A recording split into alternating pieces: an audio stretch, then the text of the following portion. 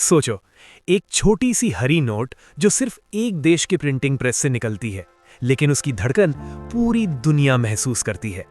तेल खरीदना हो, सोना नापना हो या दो देशों के बीच जंग रुकवानी हो, हर रास्ता एक ही जगह जाकर मिलता है, डॉलर। ये कहानी सिर्फ पैसों की नहीं है, ये कहानी ताकत की है, भरोसे की है और एक ऐसे सिस्टम की है जिसमें दुनिया खुद फंस चुकी है।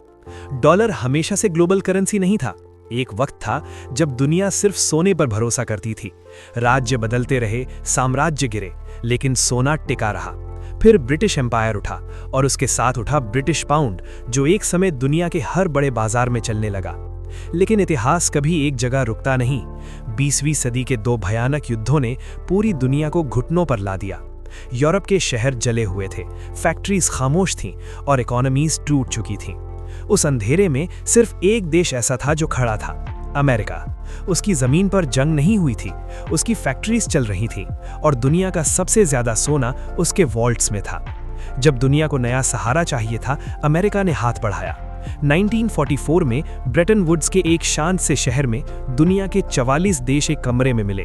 बिना किसी गोलीबारी के, बिना किसी धमकी के एक नया फाइनेंशियल ऑर्डर लिखा गया। फैसला हुआ कि दुनिया की करेंसीज डॉलर से जुड़ी होंगी और डॉलर सोने से।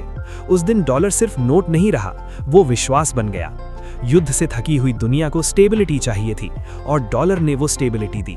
सालों तक लोन्स, ट्रेड, डेवलपमेंट सब कुछ डॉलर के जरिए हुआ। अमेरिका अमीर होता गया और दुनिया उस सिस्टम पर और ज्यादा निर्भर होती चली गई।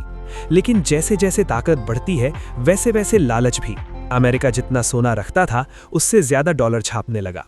कुछ देशों को शक हुआ। फ्रांस जैसे देशों ने डॉलर के बदले सोना मांगना शुरू कर दिया। सिस्टम हिलने लगा और फिर 1971 में एक रात एक स्पीच ने दुनिया का फाइनेंशियल मैप बदल दिया। प्रेसिडेंट निक्सन ने कहा, अब डॉलर सोने से जुड़ा नहीं रहेगा। लोगों को लगा यही डॉलर का अंत है, लेकिन असल खेल अब शुरू हुआ था। सोने की जगह एक और चीज को सेंटर बना दिया गया, तेल। मिडिल ईस्ट के साथ हुए एक समझौते ने फैसला किया कि दुनिया का तेल सिर्फ डॉलर में बिकेगा। मतलब जो देश एनर्जी चाहता है, उसे पहले डॉलर चाहिए। और जैसे जैसे दुनिया आगे बढ़ी, डॉलर हर जगह घुस गया। सेंट्रल बैंक्स के रिजर्व्स में, इंटरनेशनल कॉन्ट्रैक्ट्स में, शिपिंग रूट्स में और टेक्नोलॉजी डील्स में। डॉलर सिर्फ करेंसी नहीं रहा, वो एक जाल बन गया। एक ऐसा जाल जिससे बाहर निकलना मुश्किल ही नहीं, लगभग नामुमकिन है। इस जाल ने अमेरिका को एक नया हथियार दिया, फाइनेंशियल पावर। अब जंग लड़ने के लिए बॉम्ब्स की जरूरत नहीं थी। किसी देश के बैंक फ्रीज कर दो, उसका ट्रेड रोक दो और उसकी इकोनॉमी अपने आप गिरने लगती है। दुनिया ने देखा कैसे सैंक्शंस ने बिना एक गोली चलाए पूरी इकोनॉमीज को घुटनों पर ला दिया। समय के साथ कुछ चैलेंजर्स आए, यूरो आया, युआन उठा और दुनिया ने डॉलर के ऑल्टरनेटिव्स पर बात करनी शुरू की।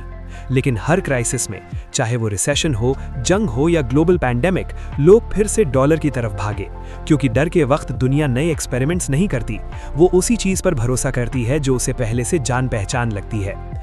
डॉलर का असली राज यही है। वो परफेक्ट इसीलिए नहीं है क्योंकि वो सबसे न्यायिक सिस्टम है, बल्कि इसीलिए है क्योंकि दुनिया उसकी आदत में बन चुकी है। आज दुनिया एक नए मोड़ पर खड़ी है। डिजिटल करेंसीज, नए अलायंसेस और बदलती हुई जियोपॉलिटिक्स डॉलर को चैलेंज कर रही हैं। लेकिन इतिहास गवाह है, साम्राज्य एक दिन में नहीं गिरते, वो धीरे धीरे अपना रूप बदलते हैं। डॉलर भी शायद गिरे या शायद बदले, लेकिन जब तक दुनिया उस पर निर्भर है, तब तक ये कहानी चलती रहेगी। और शायद सबसे बड़ा सच यही है कि दुनिया जानती है कि ये सिस्टम बराबरी का नहीं है, फिर भी हर दिन इसी सिस्टम के साथ चलती है। क्योंकि कभी कभी सबसे बड़ा एम्पायर सेना से नहीं, जमीन से नहीं, बल्कि एक करेंसी से बनता है जिसके बिना दुनिया चल ही नहीं सकती।